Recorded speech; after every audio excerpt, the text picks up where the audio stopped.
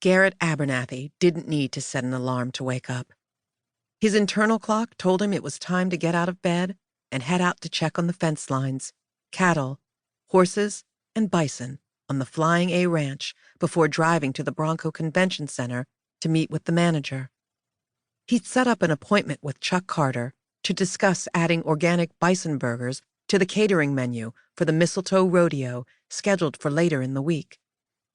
Last year, the excitement in Bronco was akin to that of Super Bowl Sunday, when Bronco's own champion bronc rider, Jeff Burris, was the MC and was also on the program. The rodeo had brought in crowds from all over Montana and neighboring states to watch professional as well as amateurs exhibit their skills in the 3-day event.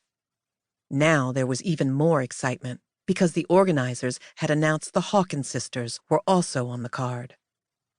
Earlier in the year, Garrett had attended the Bronco Summer Family Rodeo, and he had only caught a glimpse of the women during their performances. He might be an armchair spectator when it came to baseball, basketball, or hockey, but for the rodeo, he had to be at the action. However, making certain his family's cattle ranch remained viable had become a top priority for Garrett. At the age of 43, the eldest of Hutch and Hannah's 5 sons had returned to Bronco 10 years ago after his divorce and thrown all his energies into what he loved most, the family business.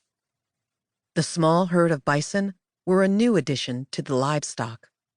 Though their father had been skeptical at first, Garrett and his 4 brothers were confident that the distribution of organic bison meat to restaurants was a win-win proposition. When they had purchased the bison, 11 heifers were already pregnant, and this past spring, new calves had increased the herd to 43. It was mid-morning by the time he'd completed his inspections, and Garrett returned home to prepare for his meeting with Chuck. The border collie puppy he'd adopted earlier that year from the Happy Hearts Animal Sanctuary began whining as a cleaned-up Garrett slipped his arms into the sleeves of a corduroy jacket. It was on a rare occasion that Garrett did not wear the jacket. It had become so much of a favorite garment for him that he'd purchased several in navy blue and chocolate brown. Once one wore out, he'd exchange it for a newer one. It was a favored alternative to the suits he'd worn when living and working in New York, suits that had begun to feel like straitjackets.